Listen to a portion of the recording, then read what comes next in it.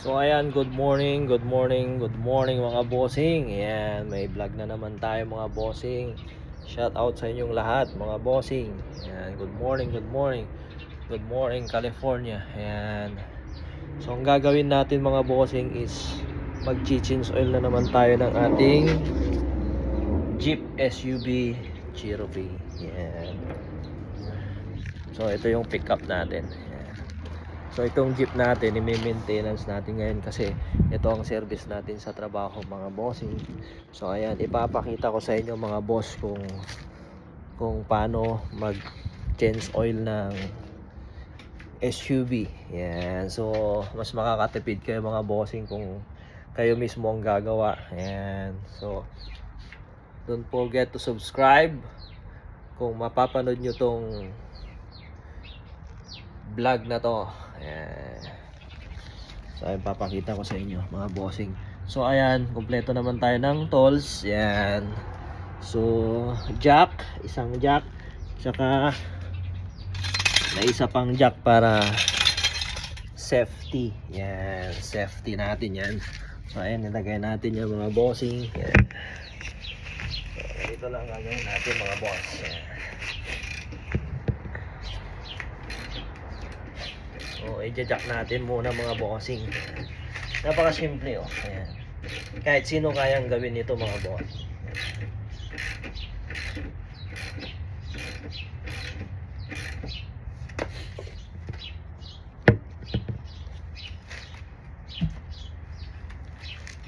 So pag na-jack nyo na siya mga boss, susunod nyo safety jack naman yung ilalagay nyo para doble. Ingat. Safety. Number 1 safety mga boss. Ayan. In case na kumalas yung isa, meron pang isa.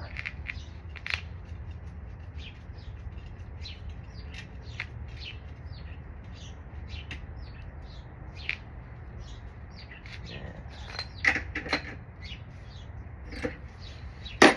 So ayan mga bossing, napakasimple lang. Na-jack na natin, so papasok tayo sa ilalim para doon natin tanggalin yung filter, tapos i-drain natin. Ayan. So let's go mga bossing, nasa ilalim tayo ng sasakyan ngayon. So papakita ko sa inyo mga boss. Ito nga pala yung filter natin. And nakikita nyo mga boss. So ito naman yung drain. Yan. So ayan, bukas na siya mga boss. Sinanggal ko na yung cover para madaling gawin. So tatanggalin natin lang yung filter, tapos yung drain plug. So ayan mga bossing, simulan na natin. Let's go.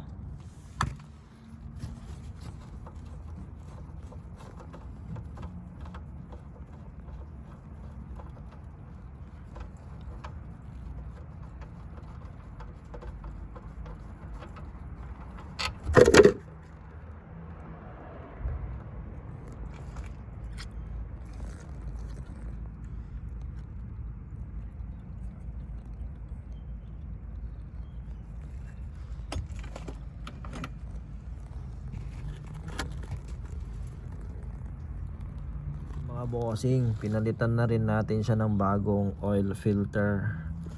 And so kikita nyo, bagong bago. Nilinis ko na rin para malinis tignan. Ayan mga bossing. So original yung nilagay nating filter. Ito yung old mga bossing. Oh shit. So ito yung old mga bossing. Ayan. Ayan yung old natin mga boss. Ayan. So kung minsan mga bossing mahirap tanggalin, gumagamit tayo ng pangtanggal talaga. Minsan ang ginagamit natin mga boss, ito siya. Itong ginagamit natin mga boss. Pero pag hindi matanggal, ito mga bossing. Pero pag di pa rin kaya mga bossing, mayroon pang isa. Yan. So mas original siya.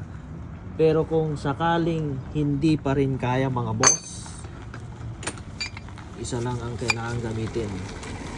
Yan. Yabi tubo.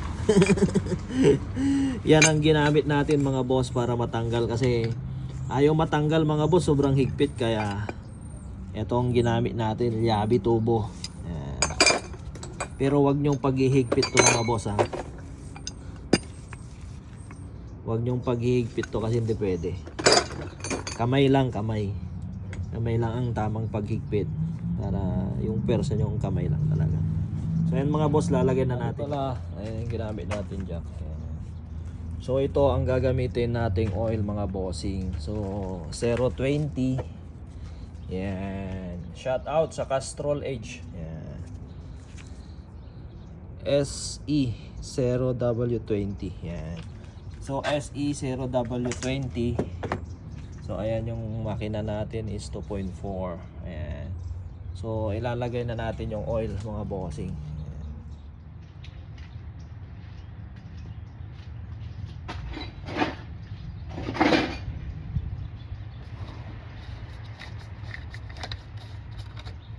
So itong gagamitin natin Castrol. Ayan. So fanatic tayo ng ng polysynthetic, kaya polysynthetic ang gagamitin natin mga boss.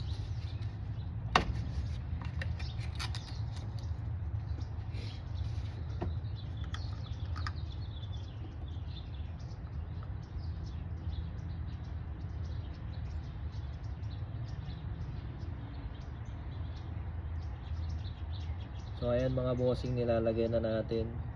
Masakit sa mata yung sikat ng araw.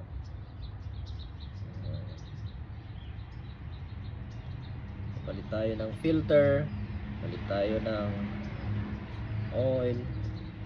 Ayan, kasi itong SUV ang gamit natin sa trabaho. So polysynthetic ang ginagamit natin mga boss. So ang gagamitin lang natin is 5 quarts. Ayan.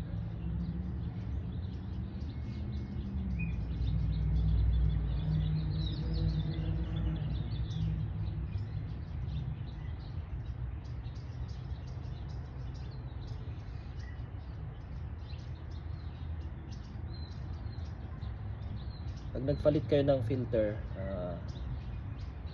kailangan lagay nyo lahat yung 5 quarts. Pero sa akin kasi, mostly nilalagay ko lang 4.8. 4.8 yan.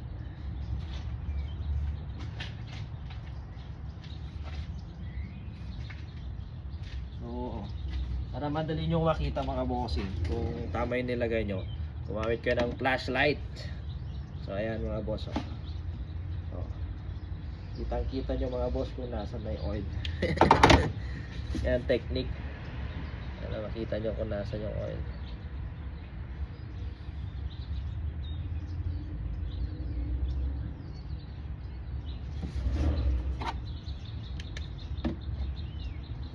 So ayan, exact ano na siya, 5 quarts.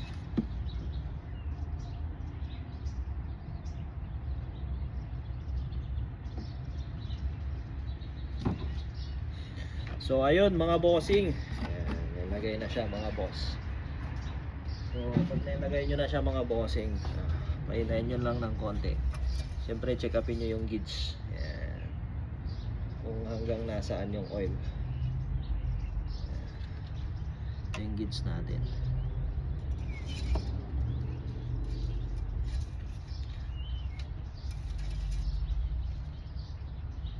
So hanggang saan siya. So ayun.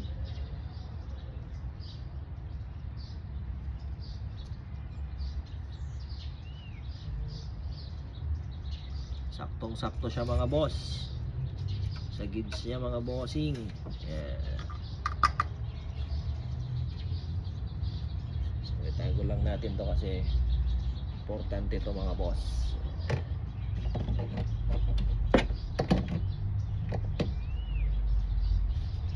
Siyempre pan na natin. Yun So ayan mga boss, tapos na naman natin na maintain yung ating Jeep SUV. So i-start na natin, tapos i-reset na natin yung oil. So shout out sa Castrol, shout out sa farm filter, and ang gamit natin mga original na filter at oil. So paano ba yan? See you to the next live. Bye bye.